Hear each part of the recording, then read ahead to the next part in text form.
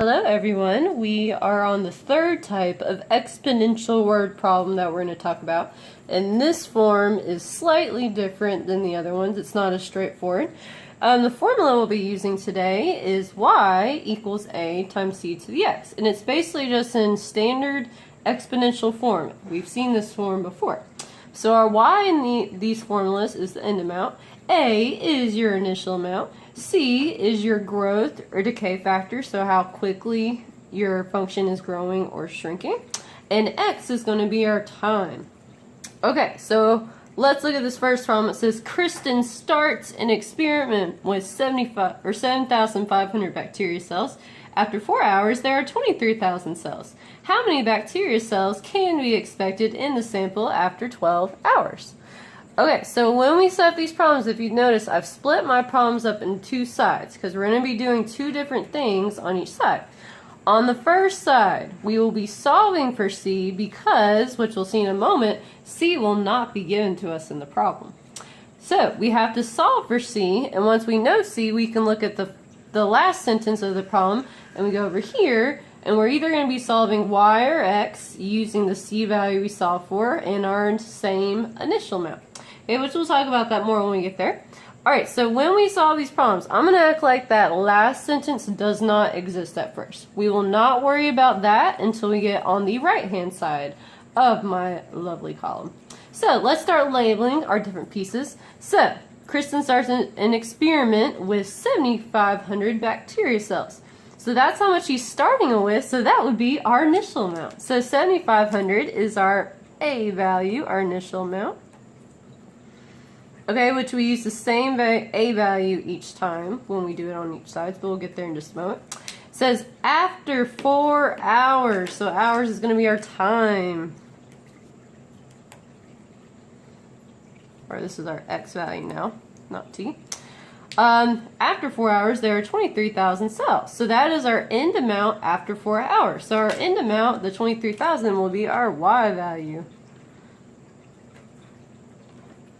Okay, so let's set up this problem on this side, and all this information should help us to solve for C. So our end amount is 23,000.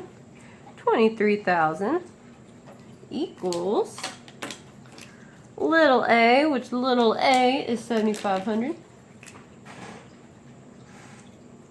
We don't know C. If you notice, I did not label a C in the problem. So we're going to keep C as it is. So our C value is green. Alright, and then raised to the x power, which x is our time. So in this case, that will be 4. Okay, so we have to start solving for C first. So let me show you how we will be solving for C.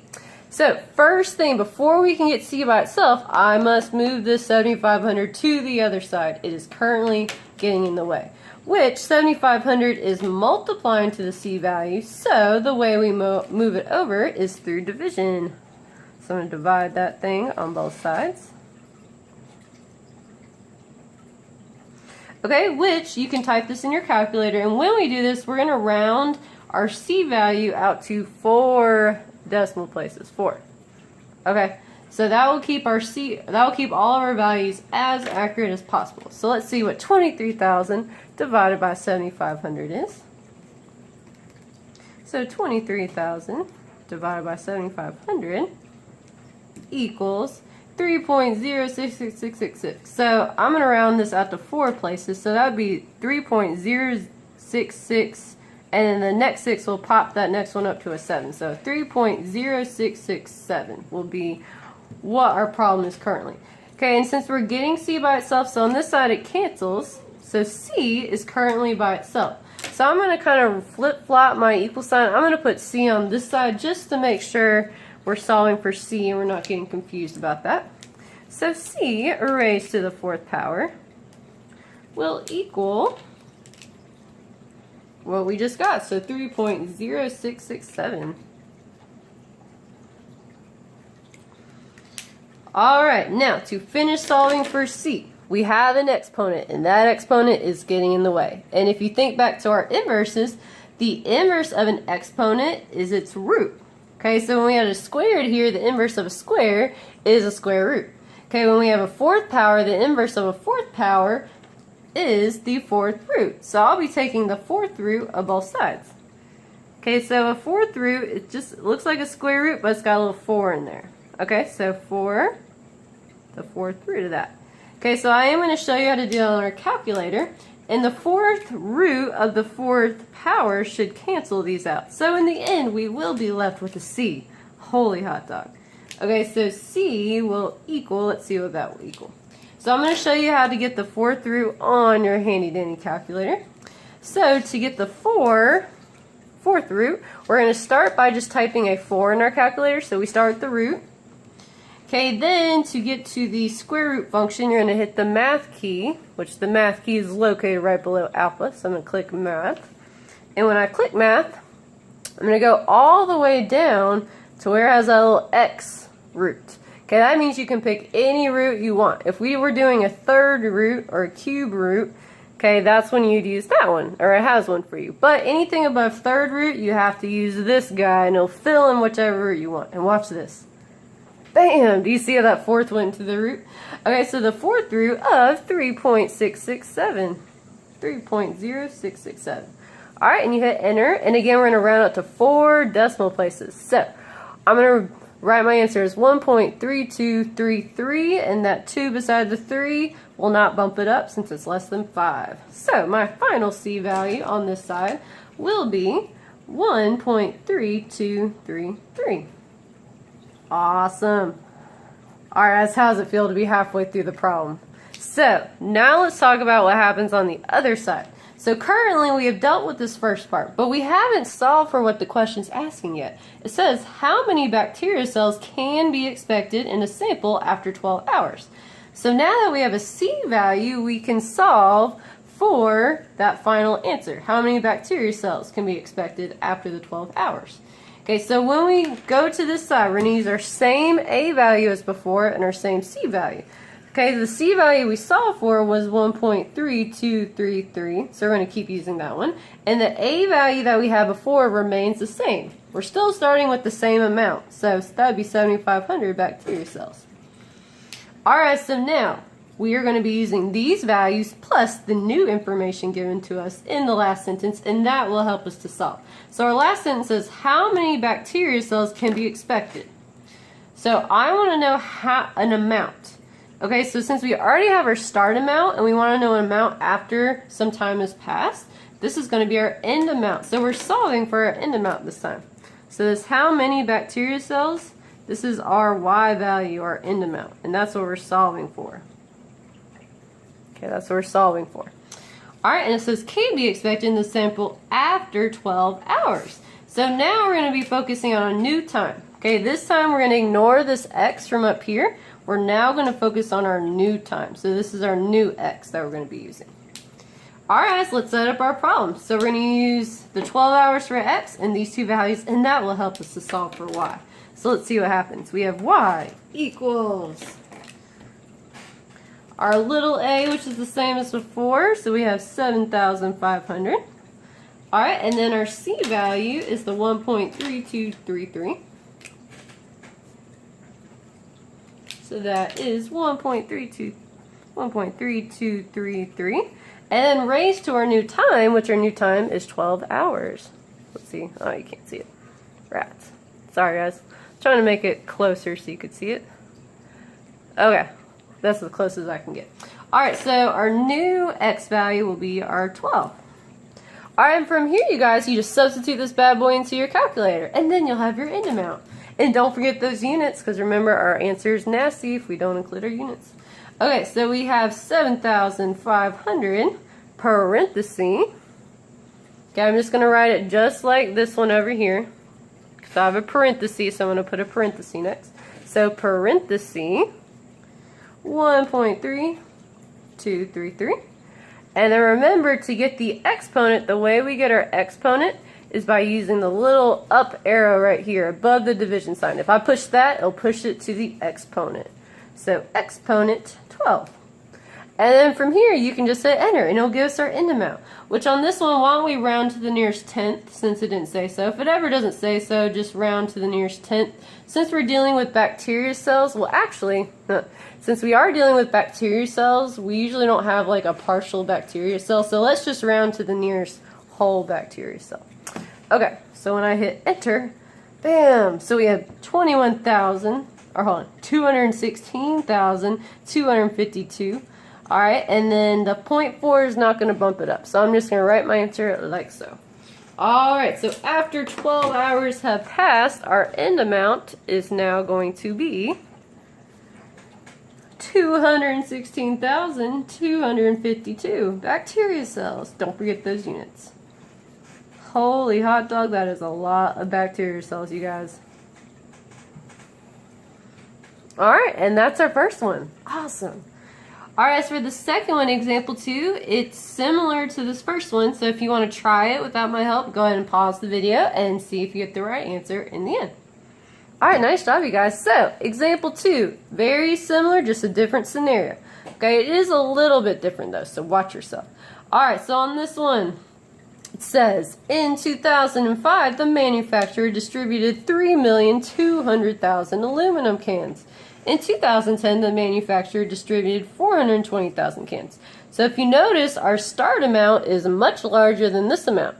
So this is not exponential growth this time. Before this was growth because our bacteria number got larger. This is now exponential decay. So our final answer will be much smaller than what we started with. Okay, it says, how many cans can be made from recycled aluminum, or how many cans made from recycled aluminum can be expected in the year 2050? Let's see. Okay, so the first step, remember we always solve for our C first. Okay, and remember, we're going to act like that last sentence does not exist right now. We're going to ignore it. It does not exist. That will not occur over here when we use it. Okay, so let's start figuring out our different values. So in 2005, so I know that this has to deal with the time. This is not what I'm going to use for my X. X is the amount of time passed since your start amount. This is my start amount. So I'm going to have to see how many years have passed. Okay, but I'll highlight it in yellow just so I know that it's dealing with time. Okay, in 2005, the manufacturer distributed 3,200,000 cans. Okay, so this is how many cans we started with. So this is our start amount. Okay, so that is going to be little a, little a. Okay, then it says in 2010. Okay, so we're talking about time in the future. Okay, so this involves our time, and we need to figure out how much time has passed from 2005 to 2010. So if you just did, so our X value, if you just do 2010 minus 2005, that will give you 5 years have passed. Okay, so our X value we're going to be focusing on is 5. Okay, so in 2010, the manufacturer distributed 420,000 cans made from recycled materials. Alright, so this is going to be our end amount. Even though it got smaller, that doesn't mean that this is our start amount. After 5 years have passed, this is how many cans we have been recycling. Okay, so this is our end amount currently. So this will be my pink. Will be my Y. Alright, and I'm going to ignore that last sentence for now. It does not exist. Okay guys, let's set this up. So on the first side, we have to solve for C, remember, like before. So I have 420,000 equals my A value, which is 3,200,000. Holy hot dog, that's a lot. Alright, and then we don't know C. Okay, we're solving for C, so C is just going to stay as C for now.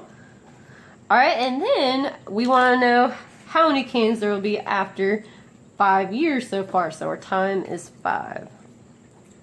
Or I guess we want to know how much they're growing, the rate they're growing or shrinking at, because we're solving for C.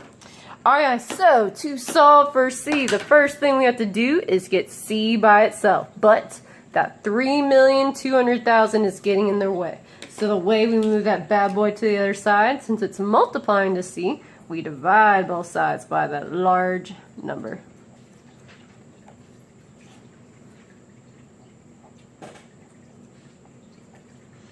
Alright, and like before you guys, I'm going to write C on this side, just so that's how we know what we're solving for. I like to write things we're solving for on the left-hand side.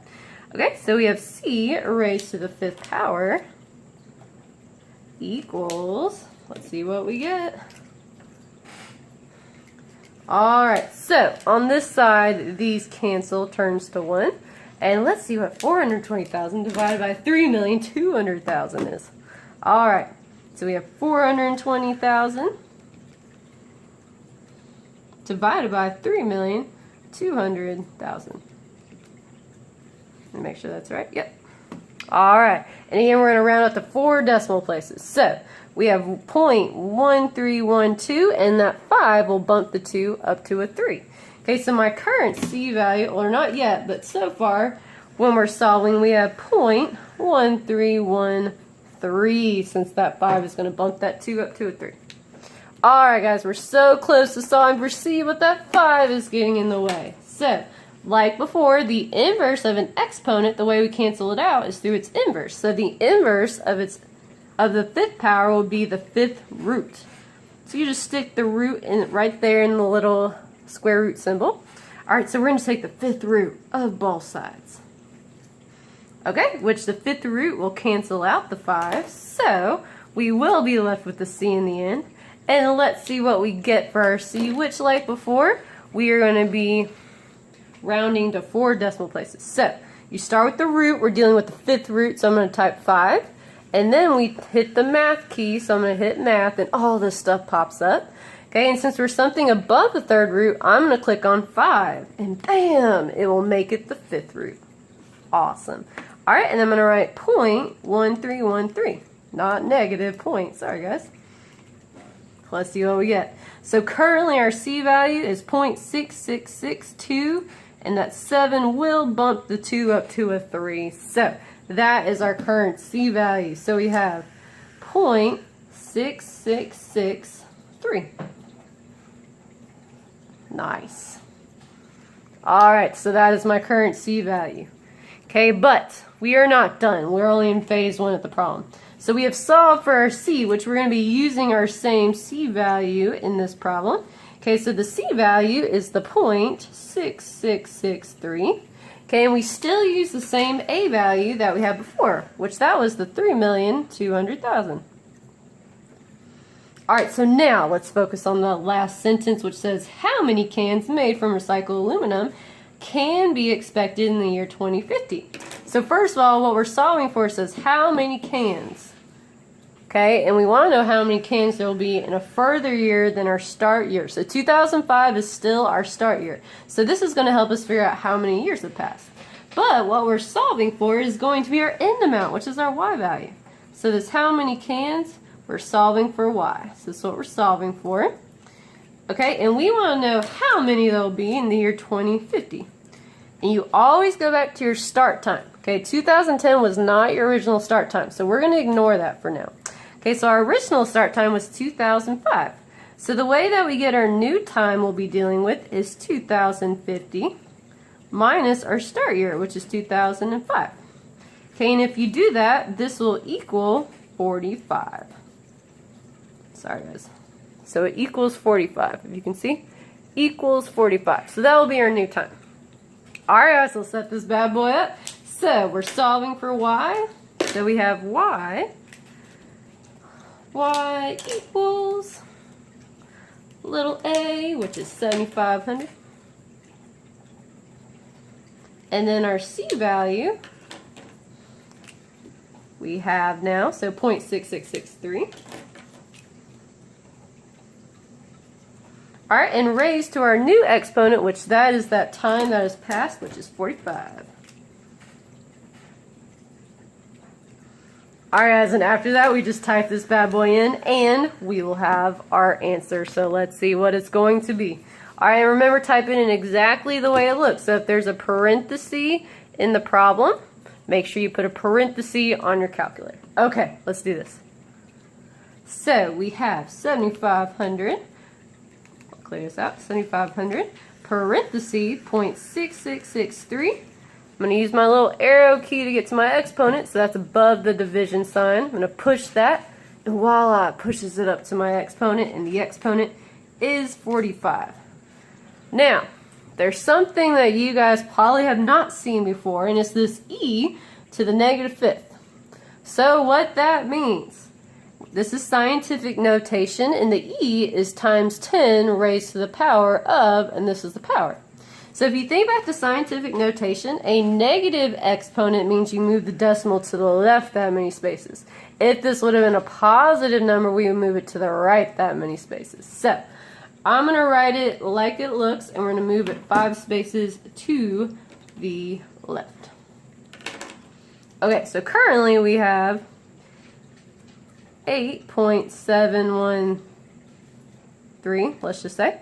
Alright, and this is telling us, Alright, and this is telling us to move it to the left 5 spaces, the decimal. So we're going to go to the left, to the left, to the left, to the left, to the left. 1, 2, 3, 4, 5. Alright, so we have 1, 2, 3, 4 decimals. And our final answer, since we're talking about cans, again, you can't really have partial cans. So if we round this to the nearest can, okay, the closest it is to is 0. Okay, so according to this problem, in the year 2050, this company will be recycling 0 cans, which is depressing. Okay, so it has 0 cans, and we're sad because we were hoping they would be recycling more than that. Alright, so this one, again, you kind of have to think about real world scenarios and how they work. So if you see, the amount of cans being recycled was being reduced over the years. So unfortunately, 45 years after our start year, we are recycling 0 cans. I think the demon cats got to them, you guys. Well, that is the end of your exponential word problem packet. So we will be doing the funsies in class. If you want to try it on your own, you can. But yeah. Alright guys, it's been a blast.